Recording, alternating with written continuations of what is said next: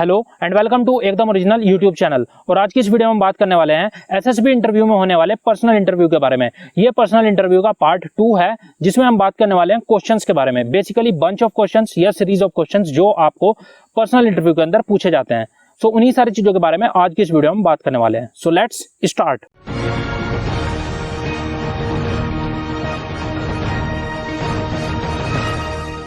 सो जैसा कि मैंने आपको पहली वीडियो में बताया था कि एसएसबी इंटरव्यू के अंदर जो आपका पर्सनल इंटरव्यू होता है उसके अंदर जितने भी इंटरव्यूइंग ऑफिसर आपसे क्वेश्चन पूछते हैं, मैक्सिमम क्वेश्चंस आपसे सीरीज ऑफ क्वेश्चंस में पूछे जाते हैं। बंच ऑफ क्वेश्चन होते हैं, बहुत सारे क्वेश्चन पूछते हैं, 3, 4, 5 लगातार एक साथ क्वेश्चन पूछते हैं और उनका आंसर आपको उसी ऑर्डर में उनको देना होता है।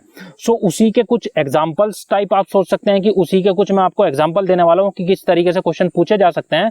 सो जो मैंने 5 टाइप बताई थी, पहली टाइप थी कि आपका प्लेस ऑफ रेजिडेंस, दूसरा एजुकेशन, तीसरा फैमिली, चौथा हॉबीज एंड इंटरेस्ट और पांचवा मिसलेनियस टाइप। तो उन्हीं सारी 5 के 5 टाइप से किस तरीके से आपसे क्वेश्चंस पूछे जा सकते हैं उसके बारे में आज हम डिटेल में बात करेंगे। तो सबसे पहला टाइप है हमारा प्लेस ऑफ रेजिडेंस। तो उसमें आपसे क्वेश्चंस इस तरीके से पूछा जा सकता है, gentleman, I have never visited to your place, tell me something about its history, connectivity, places to visit, school और कॉलेजेस ओवर देयर। तो इसमें आपसे इंटरव्यूइंग ऑफिसर ने यह पूछा है कि वो आपकी प्लेस पे विजिट ही नहीं किए हैं। अगर उन्होंने करा भी हुआ होगा ना, वो यही बोलते हैं हमेशा कि हमने आपकी प्लेस को विजिट नहीं किया, चाहे आप किसी भी एरिया से हो। तो आप उसकी हिस्ट्री के बारे में बताओ, कनेक्टिविटी के बारे में बताओ कि वो कितना कनेक्टेड है, कि आप गांव में रह रहे हो तो कैसी वहां पे रोड्स कैसे कनेक्टेड है, या किसी सिटी में रह रहे हो तो वो कैसे कनेक्टेड है, क्या क्या जगहें हैं वहां पे आपके गाँव में या आपके डिस्ट्रिक्ट में घूमने के लिए, कितने स्कूल या कॉलेजेस आपके लोकेलिटी में हैं। तो वो सारी चीजें आपको इसके अंदर बतानी होती है। तो आप ये ध्यान रखें, सबसे पहले आपको अपनी प्लेस का नाम बताना है, फिर उसके बाद बताना है कि उसकी हिस्ट्री क्या थी, फिर कनेक्टिविटी, फिर जहां जहां घूमा जा सकता है, प्लेसेस टू विजिट या टूरिज्म पॉइंट ऑफ व्यू से आप देख सकते हैं उसको, और फिर स्कूल या कॉलेजेस। आपको इस ही ऑर्डर में उन चीजों का जवाब देना है, मेन चीज ये है। और आप इन सभी का आंसर भी अपने हिसाब से प्रिपेयर कर सकते हैं। दूसरा टाइप था हमारा एजुकेशन, जिसमें हमने 5 सब टाइप्स कवर किए थे, मार्क्स, टीचर्स, फ्रेंड्स, स्पोर्ट्स और एक्स्ट्रा करिकुलर एक्टिविटीज। इन्हीं से रिलेटेड कुछ क्वेश्चंस इस तरीके से पूछे जा सकते हैं। First question, gentleman, I would be interested in knowing the percentage of marks in each class from 8th to 12th subject selected in class 11th and future options. तो इसमें इंटरव्यूइंग ऑफिसर ने आपसे ये पूछा कि आपके 8th क्लास से लेकर के 12th क्लास तक कितने मार्क्स आए हैं, आपने 11th क्लास में कौन कौन से सब्जेक्ट्स लिए थे और आपके फ्यूचर ऑप्शंस क्या क्या हैं। और अगर आप ग्रेजुएशन लेवल की किसी भी एंट्री के थ्रू जा रहे होंगे तो आपसे 10 से ग्रेजुएशन तक के मार्क्स पूछ लिए जाएंगे। तो इसमें आपसे लगातार आपके इंटरव्यूइंग ऑफिसर ने 3 क्वेश्चन पूछ लिए, तो आपको उनका आंसर याद रखना है। ये चीज आपको मेनली इसके अंदर ध्यान रखनी है। अगर इसमें वही बात है कि अगर आपका किसी भी क्लास में 10 से 12th के ट्रांजिशन में आपके मार्क्स कम हो गए हैं या 12th से ग्रेजुएशन में कम हो गए हैं, तो वो आपसे उसका रीजन भी पूछ सकते हैं। सेकंड क्वेश्चन किस तरीके से आपसे पूछा जा सकता है, सेकंड क्वेश्चन देखते हैं, tell me about the competitive exams you have appeared and their result. यानी उन्होंने पूछा कि जितने भी आपने कॉम्पिटिटिव एग्जाम्स दिए हैं वो बताओ, उनके नाम बताओ और उनका क्या क्या रिजल्ट रहा। जैसे 12th बेसिस में, जैसे 12th में होते हैं बच्चे तो normally JEE main, JEE advance, NDA या फिर state level college entrance exam जो होता है वो एग्जाम देते हैं। तो उनमें आपकी जो भी रैंक आई होगी या जिस तरीके का भी आपका एग्जाम गया होगा, उनके सारे के बारे में आपको डिटेल में बिल्कुल सही सही जानकारी उनको देनी होती है। उससे उन्हें आइडिया लगता है कि कॉम्पिटिटिव एग्जाम में आपका किस तरीके का स्कोर रहा है, किस तरीके से आप परफॉर्म कर रहे हैं। थर्ड टाइप का क्वेश्चन किस तरीके से हो सकता है, late me no teachers who have impressed you and others who don't and why. उन्होंने पूछ लिया कि टीचर्स बताओ जिन्होंने आपको इम्प्रेस किया है, मतलब जिनको आप अच्छे टीचर मानते हैं, जिनको आप पसंद करते हैं, या दूसरे वो जिनको आप पसंद नहीं करते हैं और क्यों नहीं करते। तो मतलब 3 क्वेश्चन आपसे लगातार पूछ लिए, जो टीचर आपके अच्छे कौन से लगते हैं आपको, टीचर बुरे कौन से लगते हैं और क्यों लगते हैं। तो इस तरीके से सीरीज ऑफ क्वेश्चंस आपसे पूछ ली। तो चौथा क्वेश्चन मैं आपको बताता हूँ किस तरीके से पूछा जा सकता है या पूछा जाता है, tell me of your friend circle of both boys and girls who are close to you and others for the reason why they are not. कि आपको फ्रेंड सर्कल के बारे में बताना है, दोनों का, चाहे बॉयज हो चाहे गर्ल्स हो। आपके क्लोज फ्रेंड्स कौन से हैं, मतलब बेस्ट फ्रेंड कौन से हैं, और बेस्ट फ्रेंड कोई और नहीं है तो क्यों नहीं है, उन सारी चीजों के बारे में बताना है। अगला क्वेश्चन देखते हैं, 5th question, let me know of your achievements in sports और करिकुलर और एक्स्ट्रा करिकुलर एक्टिविटीज। उन्होंने पूछ लिया आपका स्पोर्ट्स में, करिकुलर में या एक्स्ट्रा करिकुलर एक्टिविटीज में क्या क्या अचीवमेंट्स है। अगर आपका अचीवमेंट चाहे जितना भी छोटे लेवल का हो, छोटे लेवल इन द सेंस कि अगर आपका स्कूल लेवल का हो, चाहे वो किसी भी छोटे छोटे लेवल का हो, वो मैटर नहीं करता है। अगर आपको कोई अचीवमेंट भी नहीं है तो भी कोई दिक्कत नहीं है। आप ये बोल सकते हो मैं तो प्रैक्टिस के लिए अपना स्कूल के अंदर या कॉलेज के अंदर या लोकेलिटी के अंदर खेलता था। और अगर आपका डिस्ट्रिक्ट लेवल पे, नेशनल लेवल पे, किसी भी लेवल पे आपका है अचीवमेंट तो अच्छी बात है, आप वो बताइए डिटेल में उन्हें। लेकिन आप झूठ मत बोल देना कि मैंने डिस्ट्रिक्ट लेवल पे ये खेला हुआ है, और ये मतलब झूठ नहीं बोलना है। कुल मिला के ये चीज का ध्यान रखना है।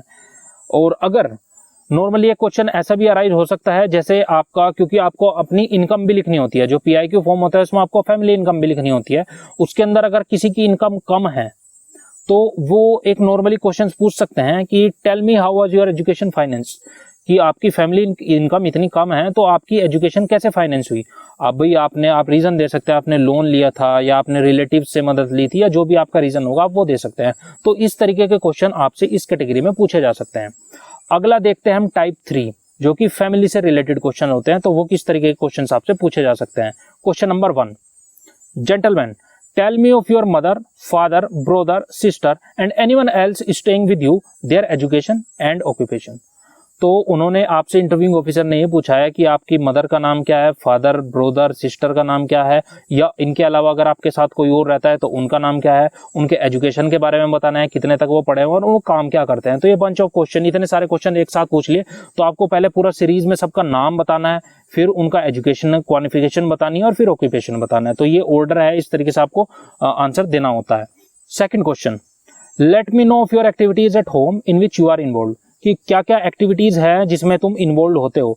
जैसे आप अपने फादर की मदद कर सकते हैं किसी भी काम में, घर के काम में किसी ना किसी तरीके से मदद कर सकते हैं, सब्जी लेके आ सकते हैं बाहर से या दूध लेके आते हैं आप बाहर से। अगर ऐसा करते होंगे तभी बताना, वो क्रॉस चेक करते हैं, वो पूछ सकते हैं दूध का रेट बता दो, सब्जी का रेट बता दो, ऐसा कुछ। मतलब झूठ तो बिल्कुल नहीं बोलना है। कुल मिला के बात यही है, हर चीज में बार बार यही बोल रहा हूँ, झूठ नहीं बोलना है बस।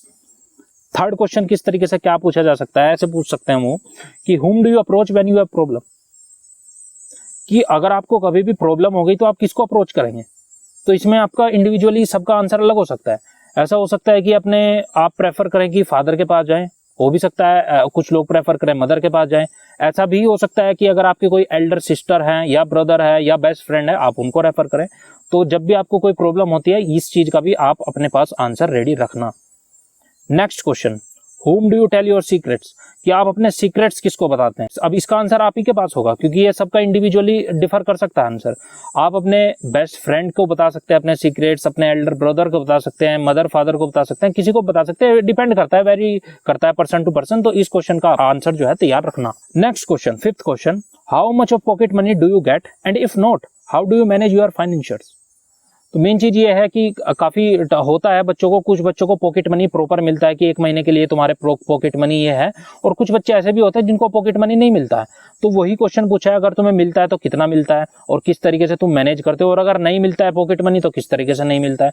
जैसे हो सकता है, पॉसिबल है कि किसी को पॉकेट मनी नहीं मिलता है, वो नॉर्मली ऐसे गांव में रहता है, छोटे से गांव में रहता है, उसे पॉकेट मनी वगैरह कुछ नहीं मिलता है। तो आप ये बोल सकते हो कि मुझे पॉकेट मनी वगैरह की जरूरत नहीं है, जो भी बुक्स वगैरह लेनी होती है उसके लिए मैं उसी टाइम पे पैसे मांग लेता हूँ, इतना वगैरह मैं घूमता वगैरह नहीं हूँ बाहर, कैफे वगैरह ये जो भी होते हैं मैं यहाँ पे कुछ नहीं जाता हूँ, और मुझे जब भी जरूरत होती है मैं उसी टाइम पे पैसे मांग लेता हूँ, इतनी मुझे कोई जरूरत नहीं होती है पॉकेट मनी की।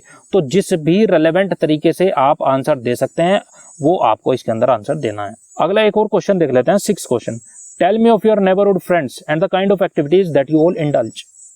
कि चलो आप अपने नेबरहुड फ्रेंड्स के बारे में बता दो, कुछ भी फ्रेंड्स के बारे में, और क्या क्या एक्टिविटीज में आप इंडल्ज होते हो। जैसे आप खेल सकते हो, कोई ना कोई एक्टिविटीज यही हो सकती है, आप खेल सकते हो कुछ, अगर आप ऑर्गेनाइज कराते रहते हो कुछ, गली क्रिकेट हो सकता है, या कोई भी चीज हो सकती है जो आप नॉर्मली कर सकते हैं, तो उस चीज के बारे में आपको ना बताना है। अब हम अपने अगले टाइप 4 की तरफ बढ़ते हैं, जो कि है हमारा हॉबीज एंड इंटरेस्ट। सो इससे रिलेटेड क्वेश्चन यही पूछा जा सकता है, what are your hobbies, what are your interest. मतलब हॉबीज क्या है, मतलब वो काम जो आप अपना फ्री टाइम में करना पसंद कर सकते हैं। वो कुछ भी हो सकता है, पर्सन टू पर्सन वेरी कर सकता है, कैंडिडेट टू कैंडिडेट वेरी कर सकता है। आपका ऐसा भी हो सकता है कि आपको गाने सुनना पसंद हो, या फिर बुक पढ़ना पसंद हो, या फिर कुछ भी इस तरीके से हो सकता है। लेकिन आप जो भी बोलें वो बिल्कुल सच ही बोलना। आपने बोला मुझे बुक पढ़ना पसंद है, वो बोलेंगे कोई भी 5 बुक बता दो जो तुमने अभी रिसेंटली पढ़ी हो, और पता लगा तुम पढ़ते नहीं थे, फंस गए। सही बोलना है, झूठ नहीं बोलना है। बार बार बोल रहा हूँ, लास्ट तक बोलता यही रहूंगा मैं, जो सच है वही लिखना है और वही बोलना है।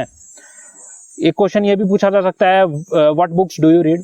नॉर्मली ऐसा तो नहीं होता ना आप बुक्स ही नहीं पढ़ते, बुक्स का मतलब ये थोड़ी ना है कि जो आपकी स्टडी की बुक है उसके अलावा ही जरूरी है आपको कोई पढ़नी, बुक्स तो बुक्स होती है। तो अगर आपको कोई और बुक्स पढ़ने का शौक नहीं है तो आप बोल सकते हैं मुझे, मैं और एडिशनली कोई बुक्स नहीं पढ़ता हूँ, जो स्कूल की नॉर्मल हमारे करिकुलम में बुक्स होती हैं मैं वही बुक्स पढ़ता हूँ सारी, उसके अलावा मेरे पास टाइम नहीं होता या फिर आपकी हैबिट नहीं है या ऐसा कुछ जो भी रीजन है, आप इवेंचुअली वो आंसर उनको दे सकते हैं। तो एक क्वेश्चन आपसे इस तरीके का पूछा जा सकता है, what do you see on TV, कि आप टीवी पे क्या देखना ज्यादा पसंद करते हैं। अब भाई आप मूवीज देखना ज्यादा पसंद करते हैं, म्यूजिक देखना ज्यादा पसंद करते हैं, न्यूज देखना ज्यादा पसंद करते हैं, सीरियल्स देखना ज्यादा पसंद करते हैं, जो भी आपकी चॉइस होगी विद वैलिड रीजन आपको उसका आंसर तैयार रखना है और बोलना है। Next question, if you have the access of internet how do use it, अगर आपके पास इंटरनेट की एक्सेस है तो आप उसे किस तरीके से यूज करते हैं। बहुत सारी चीजें होती है इंटरनेट पर, तो इतनी सारी चीजें अवेलेबल हैं, तो आप किस किस तरीके से उनका यूज करते हैं आपको उन्हें बताना है। कि अगर मेरे पास इंटरनेट की एक्सेस है तो मैं सारी चीजें सर्च करता रहता हूँ कि एसएसबी इंटरव्यू में किस किस तरीके के टेस्ट हो रहे हैं, ये चीजें भी तो आप इंटरनेट पे ही देख रहे हैं। अभी यूट्यूब पे जो वीडियो देख रहे हैं ये भी तो एक तरीके की एक्सेस ही है ना, आपको इंटरनेट की एक्सेस मिल रहा है, आप यूज कर रहे हैं इस चीजों को। कि मैं इस चीज के बारे में सर्च वगैरह करता रहता हूँ, काफी मैंने चैनल्स देखे हुए हैं, बहुत सारे ऑनलाइन सोर्सेज पे भी अवेलेबल हैं। अगर आपने किसी की टेस्ट सीरीज वगैरह बहुत सारे सोर्सेज चलाते रहते हैं वो ली हुई है तो वो चीजें आप बता सकते हैं कि मैंने ये करा हुआ है, तो जिस भी तरीके से आप इसको आंसर देना चाहें दे सकते हैं। नेक्स्ट क्वेश्चन 6 क्वेश्चन देखते हैं, what is your routine on Sunday और एनी हॉलीडे, कि आप संडे में या किसी भी हॉलीडे में क्या काम करते हैं, किस तरीके से काम करते हैं। अब अगर आप नॉर्मली ऐसा ही होता है कि संडे के दिन नॉर्मली क्या होता है कि बच्चे या कोई भी कैंडिडेट होता है लेट उठते हैं कि ये तो फ्री डे है तो थोड़ा लेट उठते हैं, अगर ऐसा है तो बोलना, कोई दिक्कत नहीं है उसमें, वो कोई नेगेटिव पॉइंट नहीं है। आपका जो रूटीन है वो आप नॉर्मली ऐसे ही बोलना। तो इस तरीके से मैं करता हूँ, टाइम आप किस तरीके से यूटिलाइज करते हैं, किस किस तरीके से बांटते हैं टाइम को, वो सारी डिटेल में आप जो है उनको चीजें बताना। तो ये हमारी टाइप 4 हो गई। अब हमारा आता है टाइप 5 जो कि है मिसलिनियस। अब मिसलिनियस के अंदर बहुत वास्ट चीजें आ जाती हैं, लेकिन मैं इसके अंदर आपको चुनिंदा 2-4 क्वेश्चन ही बताना चाहूंगा। एक तो बड़ा बेसिक सा क्वेश्चन हो सकता है कि what is the meaning of your name, कि आपके नाम का मतलब क्या है। तो ये तो ऑब्वियस सी बात आपको पता होना चाहिए कि आपके नाम का मतलब क्या है, ये पहले ही पता करके रखना, आप अभी सर्च कर लेना अपने नाम का मतलब अगर आपको नहीं पता है। Why do you want to join defence services, defence services join क्यों करना चाहते हो, इस तरीके के क्वेश्चन पूछ सकते हैं।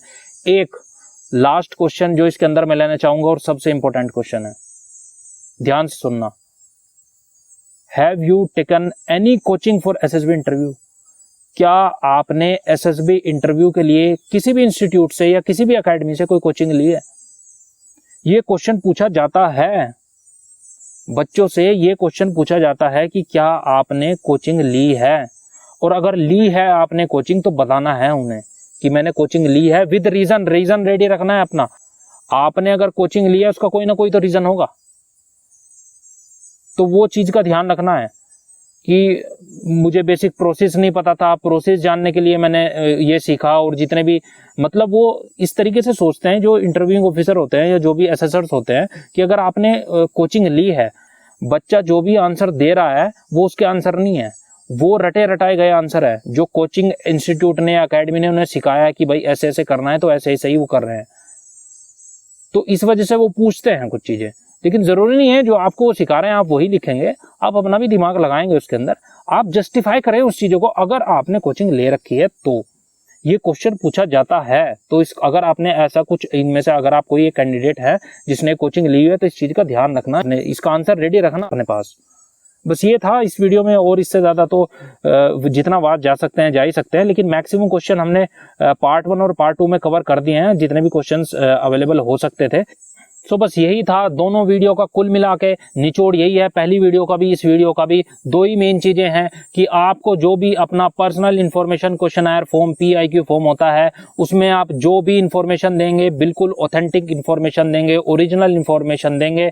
आपके अंदर जो स्किल है वही दिखानी है, आपके अंदर जो अचीवमेंट है वही दिखाना है, आप जैसे हैं ऐसा ही दिखाना है, कुछ भी फेक इंफॉर्मेशन गलत इंफॉर्मेशन नहीं देनी है। और दूसरी चीज, आपके पर्सनल इंटरव्यू में आपको झूठ नहीं बोलना है। दोनों चीजों का ध्यान रखो, कोई दिक्कत नहीं आएगी। और अगर आपको वीडियो किसी भी तरीके से काम का लगा तो प्लीज इसे लाइक करें, हो सके तो शेयर भी करें। किसी भी तरीके का कोई भी सुझाव हो, कोई भी क्वेरी हो, आप वीडियो में हमें कमेंट करके पूछे बता सकते हैं। और इसी तरीके के लेटेस्ट वीडियोस देखने के लिए हमारे यूट्यूब चैनल एकदम ओरिजिनल को सब्सक्राइब करना मत भूलिएगा। So please subscribe and thanks a lot for watching.